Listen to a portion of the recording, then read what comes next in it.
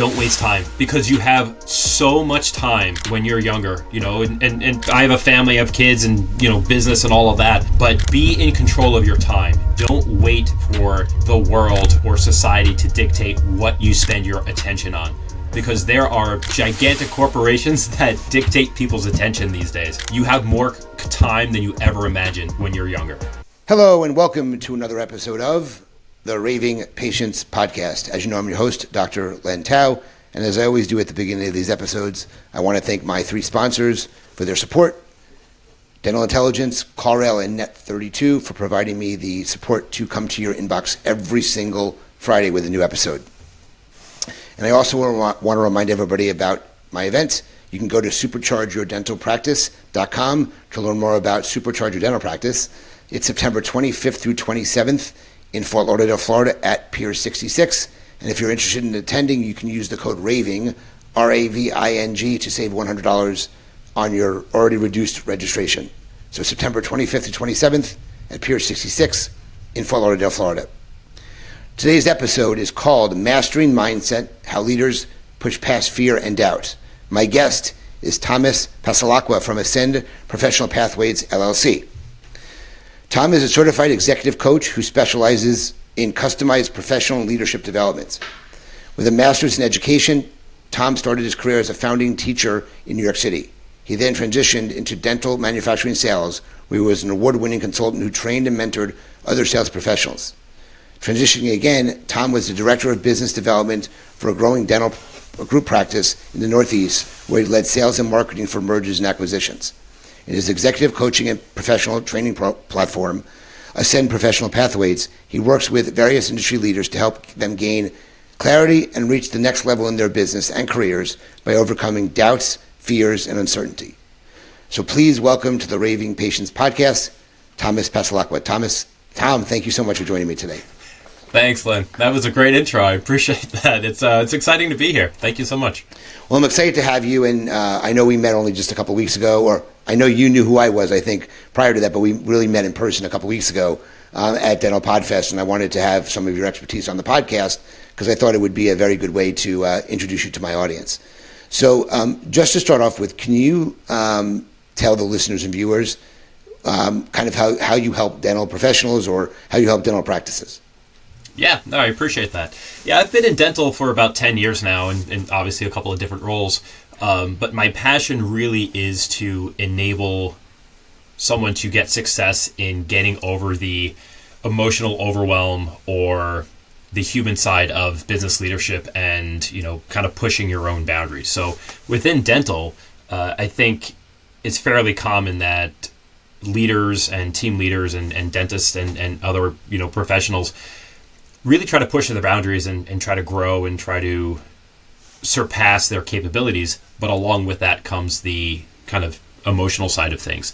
So I work on having them get grounded, being objective, and finding solutions to get that clarity to operate at their best abilities without getting kind of distracted or overwhelmed emotionally, as well as doubting themselves or, complicating things when there's enough, things to worry about. So I guess you could say you help with leadership and you coach them on leadership skills and stuff like that to make them better leaders. I think that's a very easy way to kind of put what you do in a different perspective. Absolutely. And more on the human side of leadership. Yeah. Got it. Okay. So can you talk about who you usually work with and what are some of the common challenges that you see, only because someone may be listening to this podcast and say, you know what, that's a challenge I have. I think Tom would be a good person to reach out to. So can you just talk about what some of the common challenges are and who you work with? Sure. Yeah, great question. So I work with a variety of different professionals in dental, but also outside of the industry. But most of the time they are a business owner of themselves or a dentist, a lead or an associate.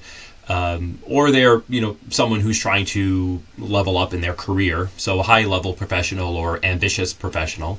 And really the challenges they're facing are, they have the desire, they have the ambition to be better.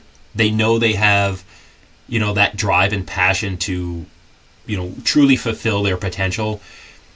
but they might not have the strategy to do so, or they might not have the resources at the moment to do so. So, my work comes in to help get them out of their own way, think clearly, identify tangible, actionable solutions. How do you actually get closer to your goals? Navigate the emotions and the moods that come along with that. And if it's someone leading a team, it's, okay, how do you make strategic decisions to really empower your team, or, what are the behaviors you have to look at? If it's a, clinician, okay, how are you forging your mindset to complement your skills to get you, operating at your best, skill set and all of that. So really it's anyone who has the drive, but might not possibly have the resources to do so with the current mode of support they have. And my role as the coach is looking at it from a different perspective, coming in as a kind of a third party view and seeing, okay, here's what you're saying. Is it truly how, you are portraying what you want to say, or, your actions are kind of misaligned with your, thoughts and behaviors and things like that. So it's, helping one get grounded in their strategy, decisions, behaviors to reach the goals that they strive to reach. So one question I wanted to bring up is, you mentioned during your little conversation there, you mentioned about people getting out of their own way. Is that where a lot of this comes from? Is a lot of people just get stuck and they're causing themselves from moving forward because they're just not sure of what to do, and that's why you want to teach them to get out of the way and let things kind of just happen, I guess you can say? Yeah, great point. And the key word you just said is stuck, right? And have you ever just talked to someone or heard someone say, is I just feel stuck, or I can't go anywhere, I don't know what to do, I'm just, I'm kind of paralyzed, or I feel stuck and I don't know what to do. And my philosophy is getting someone moving, getting that forward momentum. So yes, we might all feel stuck in a certain way, and that might be stuck in your profession, stuck in your role, or stuck in the amount of influence you believe you have with your team or your capabilities, and you might be out of options. However, there's so much that we can actually influence, as nuanced and granular as it may be, but it creates forward momentum. And that's the space I love to work in, because we identify what's in our control, what can we actually influence, how do we know it's going to complement our goals and get us moving forward. And I have systems and my own personal experience of how to kind of get unstuck, get out of your own way, stop making excuses, changing your perspective to look at a growth mindset in order to get that forward momentum and make progress day after day. And they're stuck in many different potential things. Obviously, I think decision making is one of them. Is they have a tough time making decisions. And when I am talking to people and when I present, one of the things I talk about is the 98% decision factor. Do you know anything about that? No, I haven't heard of it. So I learned about this when I was literally just a very young dentist. I went to an event and Roger Levin was the speaker, and he talked about this 98% decision factor, and it was life-changing for me. And what he teaches is that 98% of the decisions you make in your life have zero effect on the long term of your life, literally. Okay? Mm-hmm. There's only 2% of the decisions that require you to really think about it. Okay? So 98% of the decisions you should be able to make in literally seconds, if not a minute. Okay, where 2% of the decisions you actually, which will have some lasting effect on you, you may have to take a little bit longer to think about. So, as an example, buying a dental practice, moving your office, retiring, moving to Florida, big decisions that can actually, have a big effect on you. Buying a car or leasing a car that's going to cost you $1,000 for 3 years, let's say, that decision shouldn't take you that long. That's not going to have a lasting effect on you. So that I heard that very early in my career.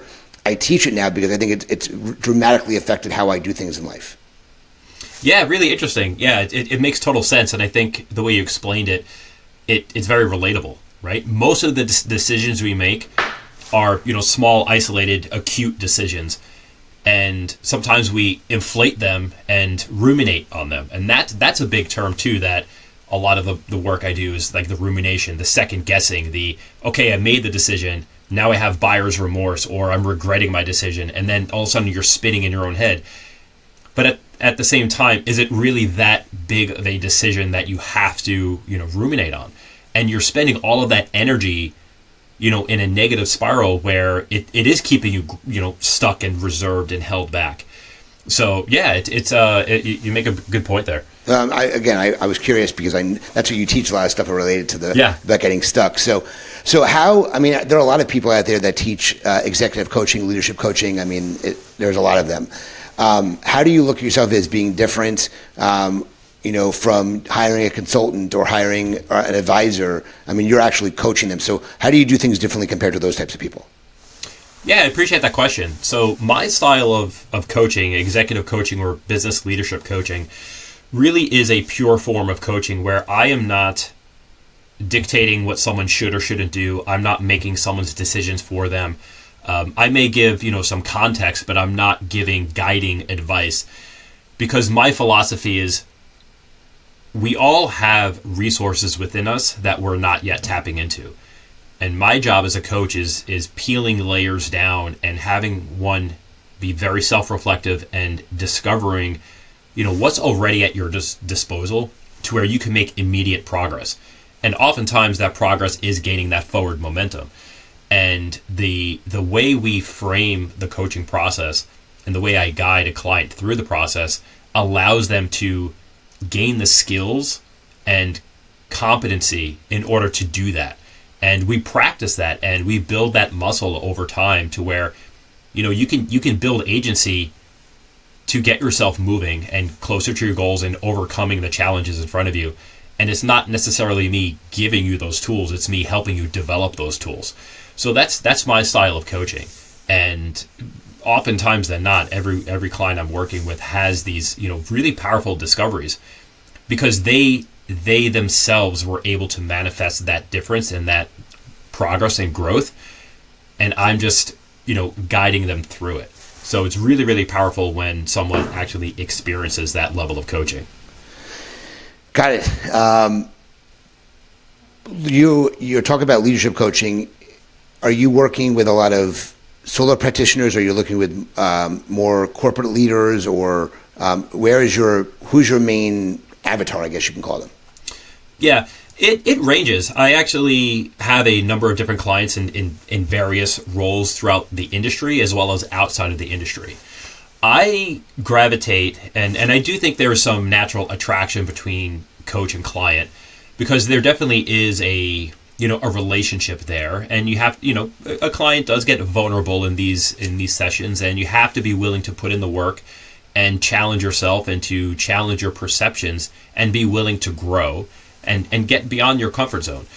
So that being said, I believe I gravitate towards any professional in dental or outside of dental, like I said before, who has the desire to get better and who has not yet been able to resource or find those resources. It's someone who's passionate about self-development, who wants to be better, who has that desire to get that forward momentum but doesn't know how to yet. That makes a lot of sense. So, I think a lot of the things I hear about potentially in your space is imposter syndrome. How does someone recognize if they have it, number one, and what is the best way or what are some effective strategies to overcome it? Yeah, that's a huge piece of what I work on. And I've written about imposter syndrome. I have a couple programs on it. And I think it's a pretty ubiquitous, term if you say that. I believe everyone can relate to it in their own personal way. So I think people define imposter syndrome, a little bit differently, but overall it's, having doubts or second guessing yourself or feeling stuck or having those limiting beliefs. And yeah, those are all terms that we use. But I think if you hear it and you have that like tightness in your chest and you have that emotional reaction of, yeah, but, and you're making excuses or you feel like you should, but you can't, or you don't know, and you have just like that inner struggle, I think that is very relatable. So I believe anyone can define it in their own personal way, but it's that internal battle of, I know I'm meant for more, I have that potential to do better or to hit my goals or to strive for something bigger and better. then you make an excuse, or then you come up with a reason why. And it's like, no, you're putting your energy into a negative spiral. Like, you have to shift that. And that's my job, is helping someone shift their perspective on, not making the excuses. Like, get objective, get that emotional, influence out of your mind for a minute. It's separating the emotional to the objective. And the systems that I've, designed and implement and have lived through myself allow someone to get really specific of, okay, what are the actions that can help me move forward? Even if it's, in the moment. And all of those small actions build up over time. And what you're doing is shifting your agency to allow you to empower that forward movement and not, go back to, those similar grooves of, making excuses or feeling inadequate or insecure or anything like that.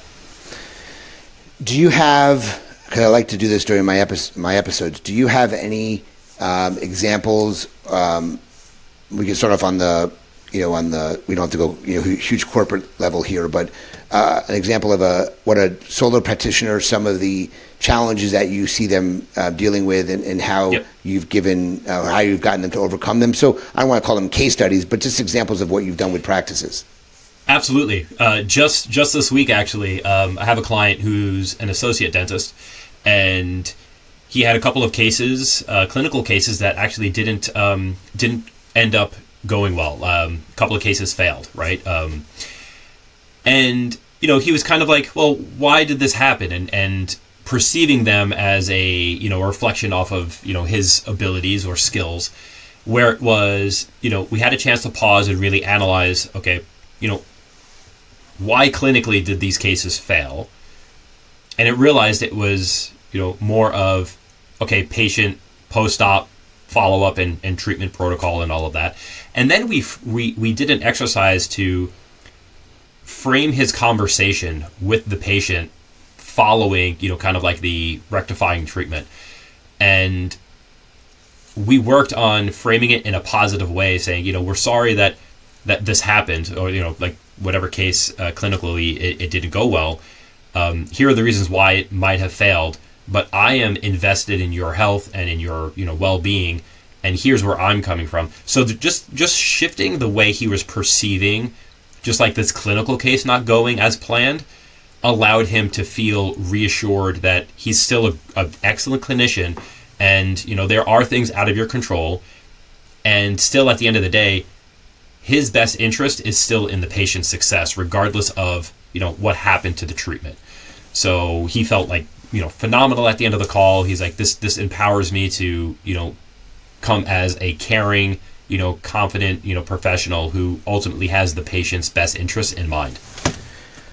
So that was with an associate dentist. Do you have an example of something you've done with like the owner of a practice, like just a single location practice? Obviously, I'm sure there's staffing issues that they're dealing with.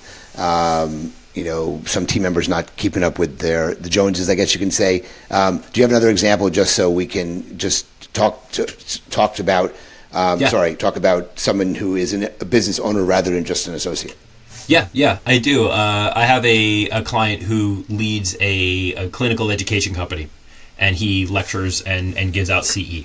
And he has a team, and we work on keeping him making really, deliberate strategic decisions for his company. And he's in an aggressive growth phase. And, oftentimes when you are pushing your boundaries of your business and your company and trying to expand, and you're bringing on new team members, because every quarter you're adding a new service, or your sales are growing and you need more support. So in that growth phase, it's constantly navigating okay, is this the best decision? What is my ultimate goal? How does this complement me? Is this going to distract me? And really taking the time to analyze as much of the transition of bringing on a new staff member, or how to conduct your current staff members, and the culture and the emotions that come along with, okay, we're getting a new team member. How are they assimilating into the culture?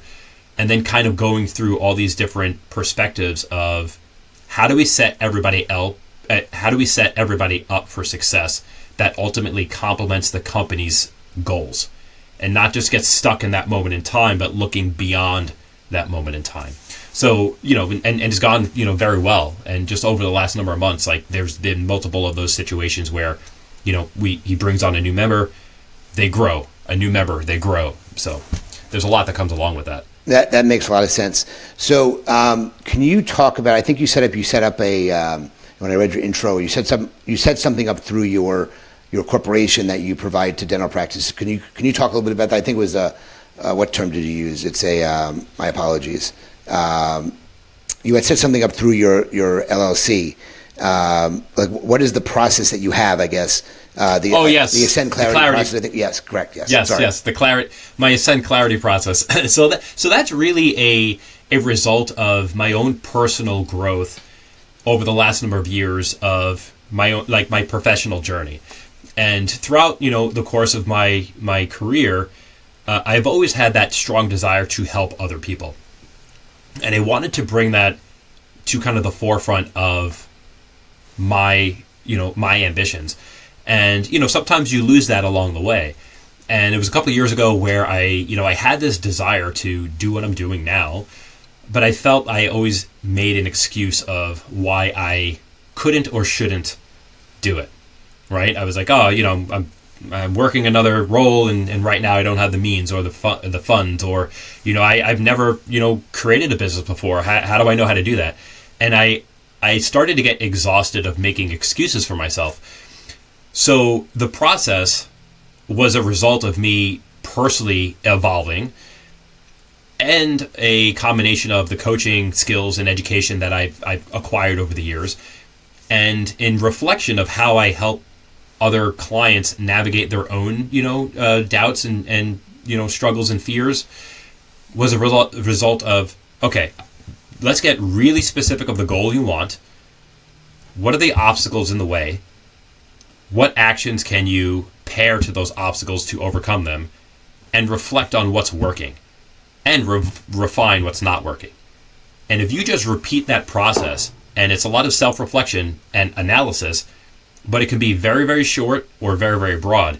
And as long as you repeat those 4 steps, you are making progress and you are no longer feeling stuck. And you're focusing on the objective versus the emotional. And that process really is kind of the overall philosophy of what I do as a business coach. That sounds great. So you obviously are getting people unstuck. You're working on them, obviously making decisions and moving forward and getting things kind of almost like a snowball effect starting to roll. And once they get unstuck and they start doing things probably progress at a much faster clip for these people because they don't have the doubt, they don't have the uncertainty in what they're doing. So obviously you're getting them out of their comfort zone. What do you see happens at that point? Do you see, is it something that you have to continually monitor with them? Do you continually meet with them? Do they just call you when they have another issue? What's that like for somebody who is stuck and then becomes unstuck? Yeah. You understand what I'm asking there? Absolutely. And it's funny, this situation came up this week for me with another client, because you establish a new comfort level. Right. So as you grow, think about like shedding your skin or, like in nature, right? Like there's different animals that shed skin and then grow. Right. So you have to be able to shed what isn't working and what isn't relevant anymore. And then you become a little vulnerable, but then you solidify and then you kind of reestablish at a new level. And you kind of repeat that process over time. But you can fall back into your comfort zones or what used to be comfortable. And then, you might repeat behaviors or patterns over time. And if you're not aware of that, and if you're not being diligent about that, you can kind of default to old behaviors again. They might not be as amplified. They might be a little more subtle, but they can happen. And it's my role to help someone be aware of that, where, you might be falling back into a pattern of doubt or insecurity or second guessing yourself. And it might not be as dramatic as it used to be, but you get a little bit more comfortable. You kind of get into the routine of things. You get back into your groove, and then things can slowly sneak in. So it's being sharp and diligent. And that's when we work on a little bit more specific challenges or, more strategy with the business or things like that. So, the umbrella is, business leadership, but underneath it, there's a ton of that personal work. and making sure that, you don't regress.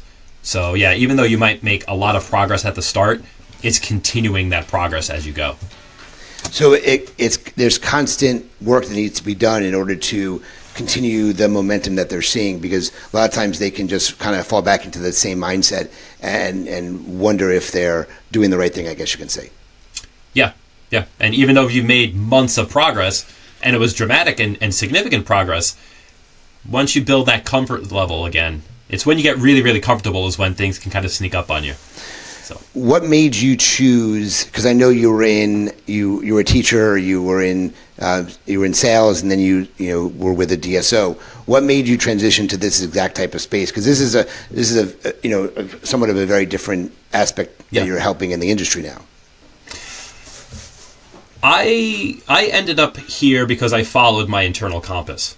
I followed what pulled me to help other people. And once I discovered this style of coaching, it was kind of a natural complement to how I operate and how I communicate and how I resonate with others. And it aligned with the passion I have that I want to be outward facing. I want to focus on other people's journeys. And it complemented me personally and my ability to help somebody else. And being in dental, for a decade, that was just the network that I, kind of started in. But I do have aspirations to work with, anyone who is passionate to, get to that level that they think is out of range. And I think we all kind of can relate to that where, we want more, we have that desire to fulfill our potential, but generally we're in our own way of doing so. Regardless of the reasons or excuses or, whatever we say, there's always ways that we can improve. And, you have to be diligent about it and focus, but there's ways to get moving forward. Interesting. So I think we covered a lot of topics here. Is there anything that we haven't discussed that you wanted to bring up before we kind of transition to my lightning round Q&A that we do? Yeah, I think real quickly, one thing that comes to mind is probably the internal struggles someone feels, regardless of the role or position or company you're in. Those internal struggles are quite common, right? I think we all can relate to the fact that there's desires to do better, there's reasons why we're not, and, there's probably more resources than you think are available to you. And, when I tap into someone and really allow them to explore that, they realize, wow, I had that within me. I had the answers within me the whole time. I just had to get out of my own way. So I think that's more common than most of us think. Got it. That's great. No, that's awesome. So thank you for sharing your expertise in this space. I'm going to transition to our lightning round Q&A. For those that haven't heard it, I'm going to ask you some business-related questions. They're supposed to be answered like super fast. We'll go through this deck of cards. We'll get through a few of these questions, and then we'll grab your contact information and end the podcast. So let's see. First question. What mindset has helped make you successful? Focusing on what you actually can control. Okay. This is a tough one. People don't like this question, but we'll see. If you had to open up a lemonade stand tomorrow, what would you call your stand? Sweet and sour. All right. Has anyone in your network been important to your journey in the dental industry? Yes. Past managers and colleagues who always had my best interests as a priority for them. They were already looking out for me. Got it. What do you think is your unique skill that has helped you become successful? I listen very well to what people are portraying to me. Listening is very, very important. So let's see what we got here. What is the first thing you wanted to be when you grew up, when you were a kid? I think it was an airline pilot. Okay. Let's see what we got here. What do you think is the most undervalued profession in the world? Oh, goodness. It's got to be any service profession. When you are working directly with people, I think, I mean, and that's anything, right? I mean, that's kind of generic, but if you are working directly with people, that's I don't think anyone gets enough credit for that. Okay. What piece of advice would you give to a college graduate who would want to become an entrepreneur? Don't waste time, because you have so much time when you're younger, and not to, I have a family, I have kids, and, business and all of that, but be in control of your time. Don't wait for the world or society to dictate what you spend your attention on, because there are gigantic corporations that dictate people's attention these days. You have more time than you ever imagined when you're younger. Got it. Okay. What do you wish you had known when you first started out?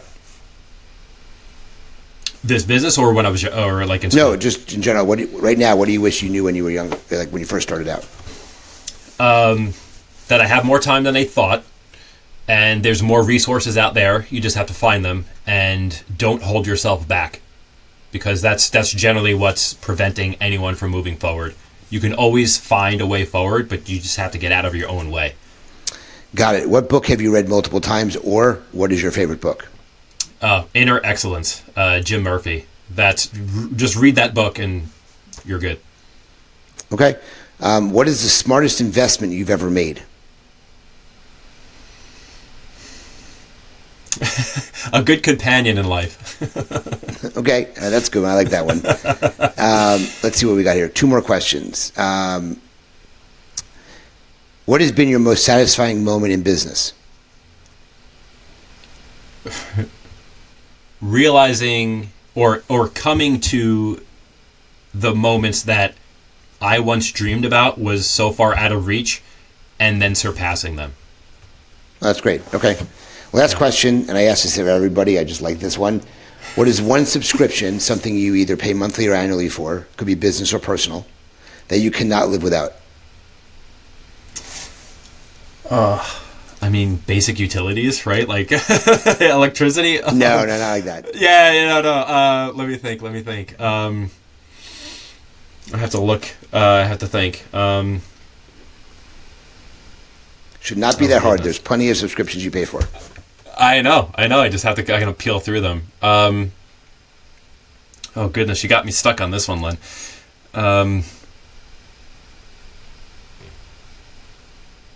Probably just my my Google, office space. I mean, because that's my whole ecosystem. So, that's what's coming to mind. Okay. People said Amazon Prime. They say ChatGPT. There's all different things that people give away. So that was great. Thank you for answering those questions. So Tom, how can people reach out to you? How do they find out more about your coaching that you do? And if they want to make contact, how should they contact you? Yeah, 2 great ways. One, my LinkedIn. I'm fairly active on LinkedIn, so just we'll link it here. Reach out to me, send me a message. I'd love to connect. My website has a ton of information, a lot of articles and programs I've designed. I intentionally built out my website to be a good resource. You can send me an email there or a message there, but ascendpropathways.com. And my email's on there, but I'll say it as well, thomas@ascendpropathways.com. Got it. And you had an offer for people if they reach out? Yeah, so I will offer 10% off of any of my executive coaching and leadership development programs. Simply just email me directly with the code RAVING in the subject line, and I'll know exactly where it's coming from. So. Perfect. Well, thank you for being part of the Raving Patients podcast. Guys, if you appreciate what Tom talked about, you can certainly reach out and learn more about his executive coaching. If you know a colleague who may benefit from his coaching services, please reach out to him as well. Always thank the sponsors, Dental Intelligence, CarRail, and Net32 for their support. Reminder about my event, go check out Supercharger Dental Practice to learn more. Use the code RAVING to save $100 on your registration. And as always, as I end these episodes, Thomas, thank you so much for joining me today. I really appreciate you being part of it. And I also want to remind everybody that my end saying is, remember, your reputation matters. Until the next episode, thanks, Tom. We'll talk to everyone soon. Thanks, Len.